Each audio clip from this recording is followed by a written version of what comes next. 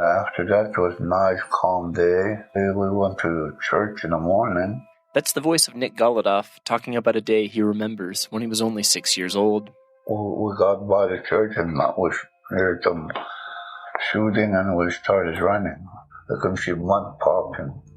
I apologize that it's a little hard to hear, but he said he could see mud popping from the impacts of bullets being shot at, or at least around him.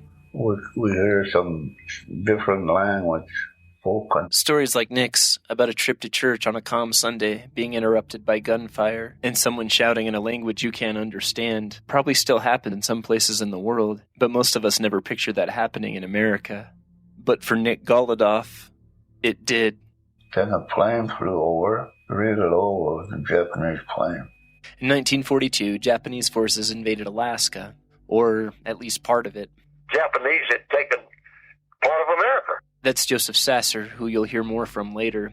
Growing up, I'd heard something about Japanese troops landing on islands off the coast of Alaska, but because I never heard much about it, I always figured it was probably just a few troops, maybe a platoon or squad, that landed on an island and left without really anything happening. The radioman come in the morning, waking me up. He says, attack, attack, attack. They told us, if the Japs come in, just go off up in the hills. When they leave, we'll resupply you. That's Charles House, who you'll also hear from. The attack that all three of these men are describing started an occupation on American soil that lasted for well over a year and would culminate in a battle costing U.S. and Canadian forces 549 lives and Japanese forces between 2,300 and 2,800 lives.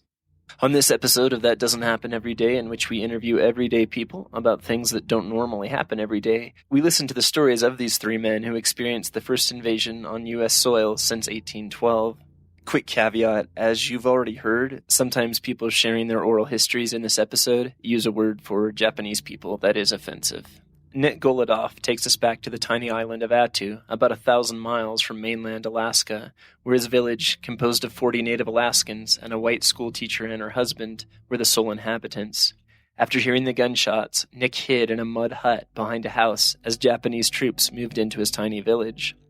Alec told us to come out, or they're gonna shoot machine gun bullets at the place.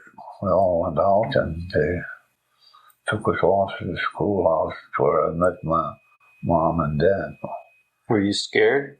I must have been, because when I got to the school, I vomited. I didn't know I was scared, but I must. There were no American service members on Attu when the invasion happened, so it's unclear why the Japanese were shooting. It might have been a whole shock and awe thing, and possibly they were worried that the people on the island might fight back, though they didn't. One native woman was shot in the legs during the invasion, but recovered. Given what Japanese forces did to the populace of Nanjing, China in 1937, which resulted in over 200,000 civilian deaths and atrocities so horrible and sick that I'll leave it up to you to Google them, I worried the whole village on Attu was about to be massacred as I read about it. First, the occupying forces led the school teacher's husband, Foster Jones, away to try to fix the radio he'd quickly sent the message of the invasion on before he broke it. What exactly happened to Foster next is unclear, but his wife, Etta Jones, said that she was led to his body where the Japanese had been interrogating him and found him dead in a pool of his own blood. They then beheaded his dead body in front of her. The day after the invasion of Attu, Japanese forces invaded the even smaller island of Kiska, about 200 miles away. Charles House, the guy you heard from before, was one of only 10 people on the island, all in the Navy, manning a weather station when the Japanese arrived. During the morning, the guy in the bed above me jumped out, and he was yelling and hollering, and I said, Wimpy, what's the matter? He says, God, I got a bullet in my leg. God, I looked at the window, and the panes of glass were falling out. I looked out the window, and here was a whole bunch of landing craft coming up the harbor. The other weatherman turned the stove up, and I grabbed all the cipher material. We threw it in there. And I grabbed another jacket and a couple blankets, and I went outside, and they'd see us running, and they would train the machine guns on you. And you could see the tracers. They'd kind of like go by you and under you and over you and around you, and you could duck them. They were out of range. If that thing had been in range, we would all been dead. So we decided we'd go up, evade the Japanese by going up the hill, and getting away from them. It wasn't long until we got into the cloud layer, so I took a breather there, and I was alone. I looked around, I was alone. There was a lot of gray rocks, so I just curled up, and I spent the day there. There were planes flying around, and there was a lot of gunfire, and there was a lot of racket going on all day. The U.S. sailors on Kiska had known they were in a precarious spot, especially after the June 3rd and 4th bombardment, but not invasion, of Dutch Harbor on Unalaska Island, about 650 miles to the east. Given that, Charles and the other sailors had hidden caches of food and supplies on the island. While searching for one of these caches by the shore, he had a very close call. And a darn torpedo boat took a station right in front of me. He put out anchors fore and aft and headed to sea, and they were looking out to sea. And I was right there in the grass behind them, a couple hundred feet away. And I spent the day pinned down there. And that night, I moved on up the hill. I went maybe over 1,200 feet up the mountain, ate some grass, and there was a creek right there I could get water to drink. And I decided I'd make up a little haystack to live in. So I just put a bunch of tundra down, put a blanket down, and it was pretty comfortable. I saw no Japanese, and they didn't see me, but there was a hunting dog came right up to me, and he looked at me and sniffed and walked off. My hope was that they'd get out of there, but I saw that force coming in. It was pretty big. As Charles House continued to evade capture on Kiska, back on Attu, where Nick Golodoff lived, the Japanese kept guards outside of people's homes, though it's unclear how long this protocol remained in place and what restrictions were on the locals during the occupation. Etta Jones' account of the Japanese on Attu said that when outboard motors of the locals' boats were stolen, Chief Hodikoff told the Japanese officers who ordered the motors to be returned so that the natives could get fish. Eventually, the Japanese leaders roped off the village from their own soldiers after there were incidents of fish being stolen. At any rate, for some reason, as Japanese forces remained, Nick was allowed out of his home, either as an exception or as part of the protocols for what natives could do and where they could go. I remember going out, walking between the Japanese soldiers, and nobody bothered me. That's how my picture was taken, with me on the back of a Japanese soldier. The photo Nick is talking about was used on the cover of his memoir, Attu Boy, about the invasion and occupation. It showed him riding piggyback on a Japanese soldier in his uniform on Attu. The smiles both of them have are beautiful, and I don't know if the picture was taken for propaganda purposes, or quite possibly the soldier just liked this little boy who walked among them for the long months he was stationed on the cold, rainy island of Attu. We go back to Charles' house on Kiska, where his successful evasion of Japanese forces was approaching 50 days. Along about the 24th of July, when I was gathering my grass, I fainted. Now, I was getting pretty thin. And I decided that night that I would surrender. The next day, I started right up the hill into the old camp. But as I got near the top of the hill, here's a big Japanese anti-aircraft gun, about a 5 or 6 inch gun, and they had it sandbagged, and there was a crew lolling around there. So I thought, well, I ought to have a white flag. So I reached in and I just ripped off a piece of underdrawer. I don't know how white it was after a couple of months, because I don't remember ever bothering to wash it. And I waved that. A couple of people came out, and they picked me up, carried me back. It was some little Jap in charge of the gun. He had a wild temper. He barked at me a little bit. God, I didn't know what he was going to do with me. And we started walking. And, of course, the further we walked, the better I felt, because I thought he might just take me out of the way and let me have it.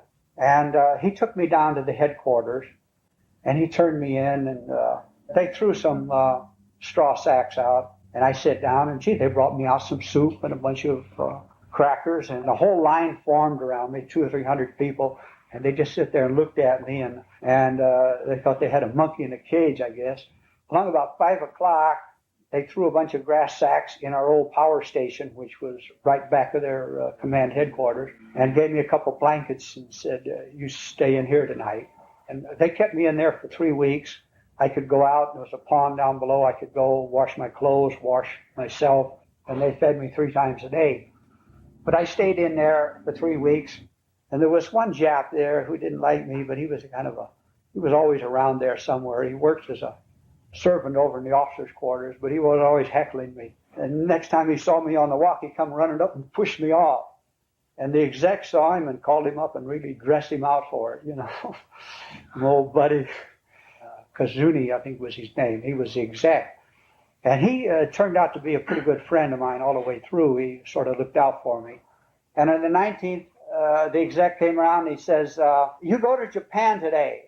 He says, go shave. I hadn't had a shave or haircut for about 9 months. House found himself on a vessel taking him to Japan. On its way, it also stopped in Attu and picked up Nick Golodoff and his entire village, as well as Etta Jones, the schoolteacher whose husband had been murdered.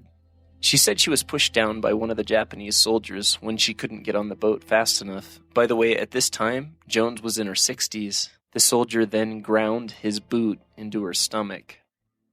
The murder of Etta's husband and incidents like this are the only occurrences I could find of the occupying force abusing people on Attu, but it doesn't mean that more didn't happen. Nick's village was locked down in the hold of the ship, but Charles' house was put to work. And I had 5 toilets to clean up. During the day, I'd go around and do my work, and there was a guy thought that I should do the skipper's laundry, so I thought, well, I'll do it, but I'd get it back with him. I'd tear the corners and I'd ruin everything. Not too much, but I'd do my little bit of sabotage on them every day. And I ate with the Japanese crew. The Aleutian stayed in the hold. And at night, they would lock me down there with them. They'd close the hatch over and lock them down. Charles talks about how loud the big waves were when they were down in the hold of the ship and how it started a conversation between himself and the Aleutian chief, Mike Hodikoff. These old waves hit the bow, boomed up there. And old Chief Hodikoff said, there's a submarines out there. I says, no, you'd be dead if there's a submarine. And then he pulled out a little flag, little American flag. He says, if they sink us, he says, I'll wave this and they could come over and pick me up. In late September, the ship carrying the prisoners made it to Japan. I was told we were in Tokyo. They let us out to look at Tokyo and then went back in the hole again, took us to another island. It's unclear if the ship really did stop in Tokyo or Sapporo, but its native Alaskan passengers were taken to Hokkaido and kept there for the duration of the war, many of whom would die of disease or starvation. Etta Jones, who was stomped on her way to the ship, was sent to a hotel where she was joined by other female prisoners, most of whom were civilian or army nurses from Australia captured in Papua New Guinea. While the idea of being put up in a hotel sounds good, she and her fellow prisoners were often threatened, bullied, screamed at, and struck by their captors as they went through a succession of different holding places for years. Charles Hall relates his experience once it was his turn to get off the boat. And after a while, there was a Japanese chief petty officer came over for me, and he said, put on this blindfold. So I put it on. He says, can you see? And I said, no, I can't see. He says, good. He says, if you see, I shoot. And we walked the gangplank. We got into a motor launch. He led me on a streetcar, and we got on the streetcar. He took my mask off. The Japanese, as patriotic yesteryear in the war, reverted to the old kimonos and the Japanese custom. So here I am. I hadn't had a haircut for about 9 months, and a monstrosity, and I'm looking at them, and they're looking at me. And they took me to Ofuna and walked in, and gee, here I saw our cook in there, and I said, hey, Mac, how are you? And he said, shh. I thought to myself, I wonder what gives here. They got to these guys. They put me in a room, closed the door, and said, you're in solitary confinement. Do not talk to anyone. We had these tatamis, these Japanese mats on the floor. They brought us a little bowl of rice. Next morning, they come out and tap me, follow me, and I went into an interrogation room, and old chap sitting there, and he had a old samurai sword pointing at me. He said, you are not a prisoner of war. You are an enemy of Japan, and we reserve the right to kill you at any time. He said, where are you from? And I said, California. And he says, Los Angeles? And I says, yes. And then he said, you're reserve? And I thought, that sounds good. I said, yeah, I'm a reserve. Did you just get called up? Yeah, I just got called up. He asked me a few things, and he said, that's all. They never bothered me again. But really, I didn't really have any tactical information. Even though Charles' interrogation ended without incident, he talked about an Australian lieutenant who had been brought before the whole camp and beaten so severely that he could hear the man moaning all night in his cell. This happened to that officer twice. Charles talks about what happened when he got caught talking. One of the fellows from Kiska, we were just whispering, and the guard saw us. And he had his watch here, and he slugged me, and it hit me right across the teeth, broke my front teeth out, and I had my mouth full of crystal. And since I broke his watch, he really got mad. He pummeled me for a while, and I yelled, and then he got my buddy, and he started beating on him. And we got back inside, and my buddy said, "What's the matter? How come you hollered so quick?" He said, he hit me 30 times before I'd let out a peep. Charles was eventually transferred from his interrogation camp to a shipyard where he and his fellow POWs were forced to work on ships. Whenever they could, they'd sabotage whatever they could on the boats. Charles mentioned how the ships in the yard could be an extra source of food. It would be submarines, cruisers, destroyers, and they're being worked on. And they'd throw the chow out in the swill bins, they'd dump it out, and we'd go there and scoop it in. We'd go to the galleys and beg, ask them for a little rice, please, and had them in the bag, and they'd throw a little in there sometimes. Sometimes they have me a nice rice ball like that and throw it in the bag. They're just teasing you. You go tell the boss you had to go to the toilet, you go to the toilet and eat it. Next day, hope for another fine. Like many prisoners there, Charles got really sick, in his case with diphtheria, and was sent to the hospital. Every time there's a new person, all of them want to know, where did our great forces capture you? Well, this was just after the massacre on Attu. And once I said Kiska, the doctor, he was mad. And he quit talking. He gave me a shot. He took a smear of my throat every day. And when I was negative, back to work. What was the massacre on Attu? We had one BAR, and we were guarding a pass. We were just sitting ducks up there. That's Joseph Sasser, who had only been in the Army for 6 months when the 7th Scout Group he was with left their base in Fort Ord, California, and headed north. One of the officers got a map out. He circled Alaska and all the whole Aleutian chain. It said, "We're going up there somewhere." About a year after the invasions of Attu and Kiska, the United States sent a force of 15,000 men to retake the islands occupied by between 2,300 and 2,800 Japanese troops. They started with Attu, which is only 35 miles long and 20 miles wide, but is covered with very steep mountains that start at near sea level and then go up quickly to about 1,600 feet in the areas that would see heavy fighting. The mountains hem in narrow canyons, almost like fjords, where no one would want to get caught in a battle. The 7th Scout Group, their submarine surfaced about 5,000 yards offshore, and they paddled in. The Americans were actually met with little resistance on the beaches because the Japanese had retreated to the mountains where it would be harder to attack or shell them. As American forces moved inland, they began to see just how hard it would be to remove the Japanese from Attu. Retaking Attu was only supposed to take 2 or 3 days, and it lasted for 20 days. On May 29th, after 18 days of fighting, Japanese Colonel Yasuyo Yamazaki knew the only way to win the battle was to order a banzai charge. A banzai charge is what it sounds like, shouting, "Tenno Heika Banzai! Long live His Majesty the Emperor!" The remaining 800 soldiers who could still walk charged through American positions and began their assault on what would come to be known as Engineer Hill. Sometime early in the morning, it must have been 2 or 3 o'clock in the morning, the sound came that the Japanese had gotten through. At the time of the attack on Engineer Hill, most of the troops on the hill were support troops, not the infantrymen known for fighting on the front lines. Said some of the guys got up to run up to this embankment so quickly, some got up in their bare feet. Due to a fog, the Japanese were able to get within 30 feet of the Americans on the hill before they were visible enough to be targeted, resulting in little time for the American forces to break the charge with firepower. What resulted was hand-to-hand fighting with rifle butts and fists that thankfully repelled the first wave of the attack. The troops on Engineer Hill then received reinforcements. There was about 3 different charges against Engineer Hill, and from there, the Japanese just kept coming up the ravines, stacked on top of each other. The doctor in the medical unit, he wanted to get into the fight, and he didn't have a rifle. He got a rifle and got up there, and he was next to me. And we noticed that he did not making any move, and come to find out he'd been shot right in the head. So we took the boots off of the doctor, and let some other guy have it to put his boots on. At first I didn't understand why someone as highly trained as a doctor would abandon his spot in a medical tent to go shoot at people on the front line, especially when you consider that his unique and highly specialized skill set could probably do more good behind that line, helping the wounded. It might speak to the intensity of the fighting and the need for every man and the small element of Americans on the hill to engage the massive force of Japanese. Another factor could have been that when Japanese soldiers approached the base of Engineer Hill, they went through medical tents bayoneting wounded patients to death in their cots.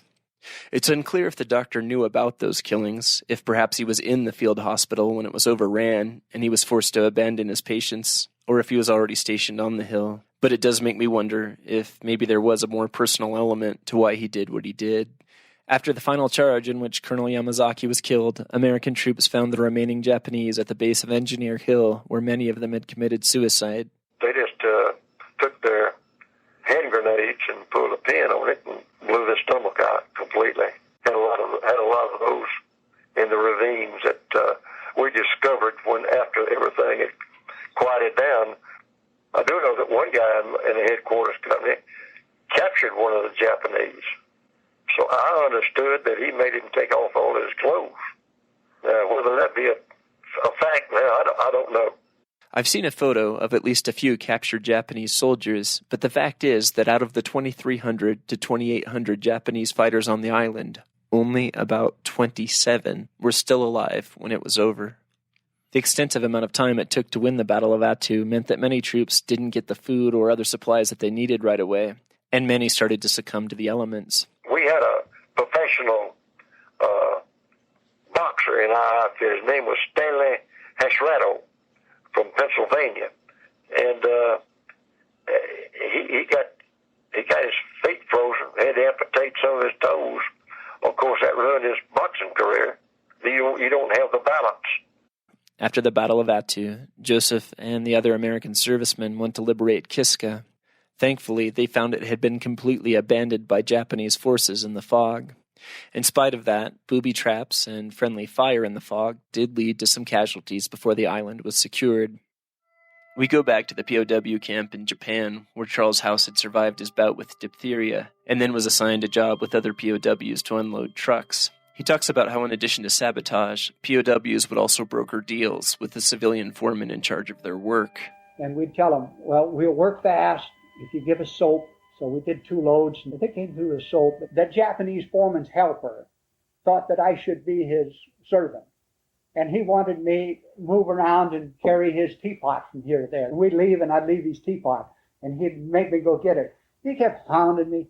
So in Japanese, I just told him that I wasn't about to be his servant. I was a first-class petty officer in the U.S. Navy, and I knew enough Japanese to tell him, and I was mad, and he left me alone. But he could have beat me, but he didn't. Continued Allied air raids and naval bombardment saw that Charles and many other POWs were moved further away from Japan's east coast, in this case to Shinagawa, where the attacks continued, and Japanese forces would often engage enemy planes with anything they had at hand. They would shoot at them with rifles, pistols, everything else. 3 of them crashed right around us that night. While the approaching Allied planes and ships gave POWs a sense of hope, they also presented a great threat of accidentally killing Charles and his compatriots. When these shells would go off close to you, it was pretty rough. They'd just tear your clothes off. Everything was rocking and rolling, and I looked up, and the air was just full of big boulders and pieces of concrete. One of these guys was an American Marine. He was running across there, and he intercepted one of these things right on the head. It just pinned him right down on the deck and smashed him right in there. After the terror of one bombardment, a new fear emerged. I looked around, and here's duds, 16-inch duds, laying all over the place. So we were to dig a hole alongside that dud. We got the hole dug, and then they says, push it in. I just didn't know just what was going to happen.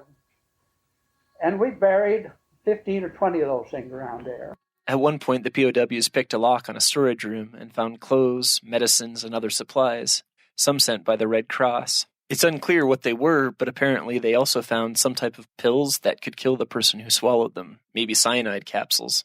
It was just a little pill, and we put them in little tin boxes, and I kept it in my back pocket.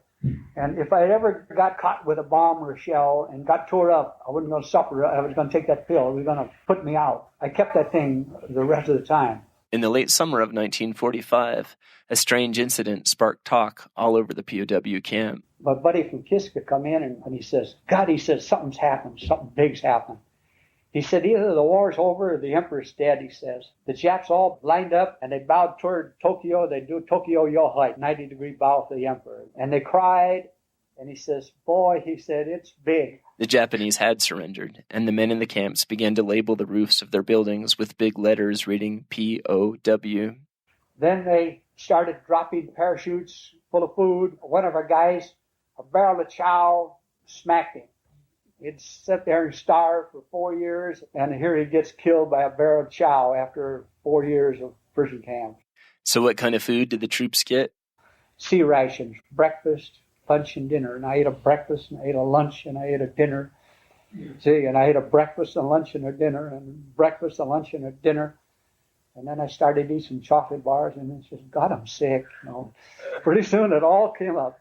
So I went over to a creek, and I washed all up, and went back and ate another breakfast and lunch and stopped. Eventually the ship that Charles and the other POWs were waiting for came in. And the Japs put a little pagoda down on the dock, and the mayor put on his top hat and coat and had all these dignitaries, and they were on the dock. And there was some old commodore in charge of the force that came in. He got on the bullhorn, and we were just across the dock. He says, get that crap out of the way. He said, we're not talking to you. Get that stuff out of the way. And he said, where's the prisoners? And they wanted us all to ride ambulances back. And took us aboard the ship, and they had dropped us nice new army fatigue clothes. We had all those, and they threw them overboard, deloused us, and they gave us dungarees. Then from Yokohama, we got in an APA and rode into Guam. And from Guam, we stayed a couple of weeks, and they ran us through a hospital, gave us a lot of tests, told us not to eat. And they were all sitting there eating, told us not, but we were eating as we pleased. I didn't have any money, and I wanted to call my wife. And I went to the Red Cross, and they were giving out to corpsmen and patients in there money to phone home, but they wouldn't give us any. But somehow I sort of told them off, and they finally gave me enough to make a phone call. So I called my wife, and I said, I'll be in Frisco tomorrow. And then I got a flight to Frisco, and I met my wife there after 4 years. This audio was recorded when Charles was giving a lecture about his experiences with other sailors and service members, and this is the last thing he told them. I just hope that you don't get captured, that you were the ones that slide through and slides away. Near the end of his account, Joseph Sauter was asked if he had nightmares or bad dreams from what had happened. My dreams have never been about that. I always wondered why, because that was something different. Nick Golodoff and the Attu Islanders who'd survived their captivity in Japan were taken back to the Aleutian Islands. They were joined there by other Aleutian natives who'd been evacuated by the U.S. government. The conditions in the duration camps, where evacuees were sent to wait out the war, were very poor. 2 of them were just old canneries, and there are widespread reports of not having electricity or running water, and not much in the way of health care either. When village elders spoke to the U.S. government about the problems, not much was done. After the war, the people of Attu were never repatriated to their island where their village had been destroyed. The U.S. government said to reconstruct it was cost prohibitive. Instead, Nick and many other Attu natives ended up living the rest of their lives on other islands in the Aleutians. I wanted to share this one last memory from Charles' house. It appears that after the Japanese surrendered, but before House and the other POWs could be picked up, they were given a relative amount of freedom to just kind of wander around. Like I and my buddy went out, and we stopped at this Jap family, and he had some apples ripe. We ate some apples, and he asked if we liked chicken. He caught a chicken and fried it for us, and we talked to him, and he had a son killed in the war. And we gave him an overcoat. We figured we'd be out of there, and he was real happy for something to keep warm in the coming winter. I like this story a lot because in an episode that talks about stomping on a 60-year-old woman's stomach, beheading a corpse, and throwing a ball of rice into the ocean in front of a starving man, Charles talks about how people from very different countries who had suffered huge personal losses still sat down and treated each other like people.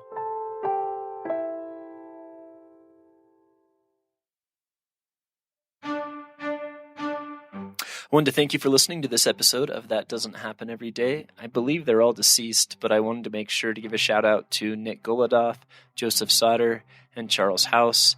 I am so thankful they were willing to share these stories. Charles and Joseph, thank you for your military service as well.